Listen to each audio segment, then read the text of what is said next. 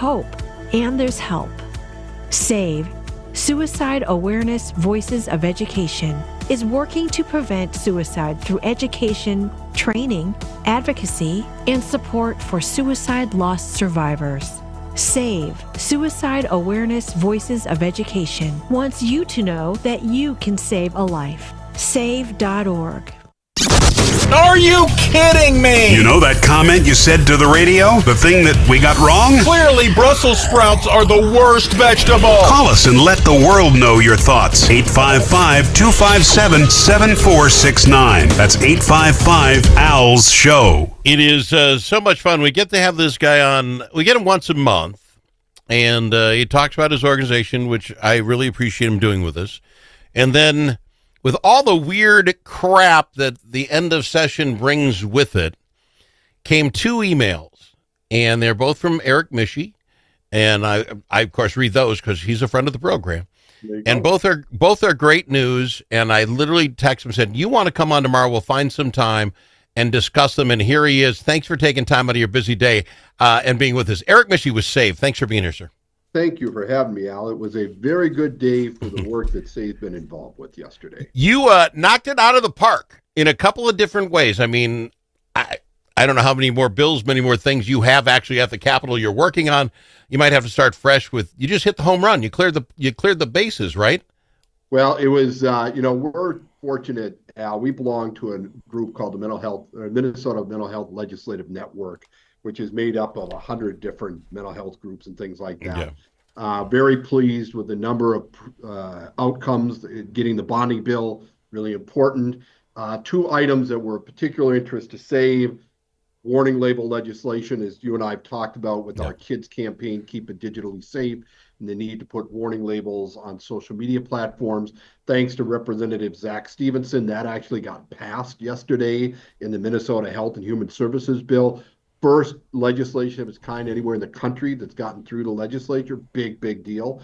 And then the second piece. No, before I go to the second piece, let's do this first one first so that I'm getting people confused. So we have talked about this. We wanted digital warning signs put on certain websites or places. How does that work if Minnesota's the only one? If I'm, whatever the new thing, Twitter, because I don't know another one, if I'm in step or whatever the next one is, how do I know I have to do that in Minnesota, and how do I do it if it's just Minnesota and not across the country?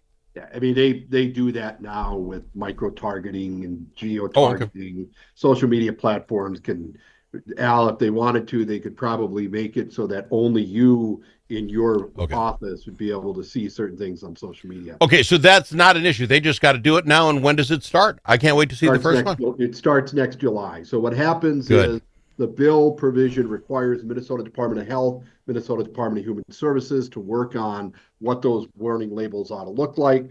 We intend to be at the table helping them talk about what those warning labels ought to look like.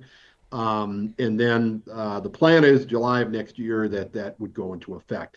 I will say this, I have every reason to believe that social media companies, big tech, are going to fight like hell to keep this from happening. That's okay. As you and I both know, we're both stubborn old guys, right? Get ready for the fight, baby. Get ready for the fight.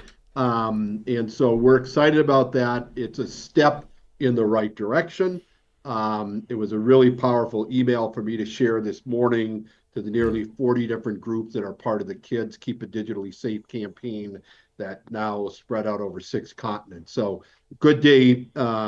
I think really across the country, it sends a really powerful message that if Minnesota can get this moving, other states can. Texas, which is nobody would ever accuse Texas being a particularly progressive liberal state in the context of ideology.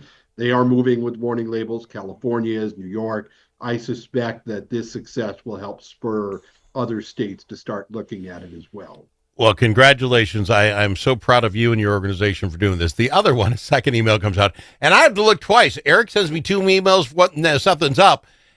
It's the other ball hit out of the park, and it's Kaylee's Hope. We've talked about this, and it's the bridge unit thing. You talk about it. You're better than me than what you got past there. Yeah, so extraordinary outcome last night. I was at the Capitol with MJ Weiss Blair, whose daughter, you can see her picture behind me, Kayla Gable, 579 days ago, died by suicide at this Wow. particular location.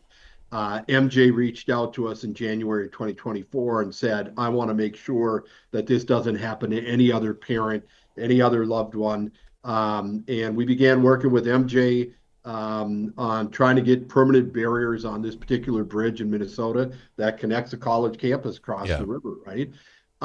Last year, we got $15 million in the bonding bill. Unfortunately, the bonding bill never passed.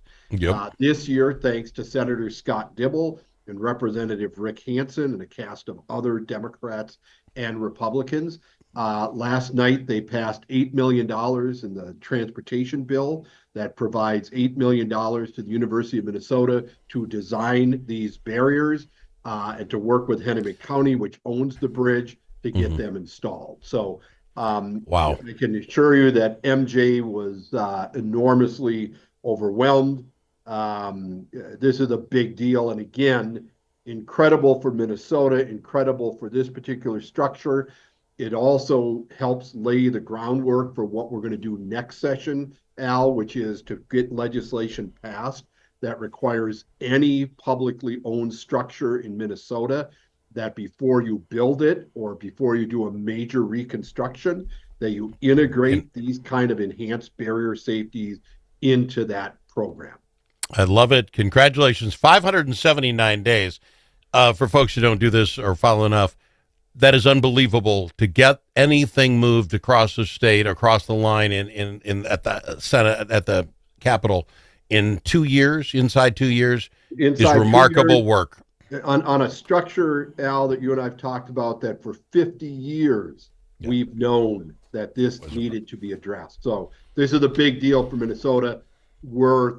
We could not be more pleased, enormously grateful for everybody, including you, Al. I know that sometimes, talking about suicide can feel kind of uncomfortable. And as you and I have talked about, if those kind of conversations trigger you, you ought to call or text or chat 988.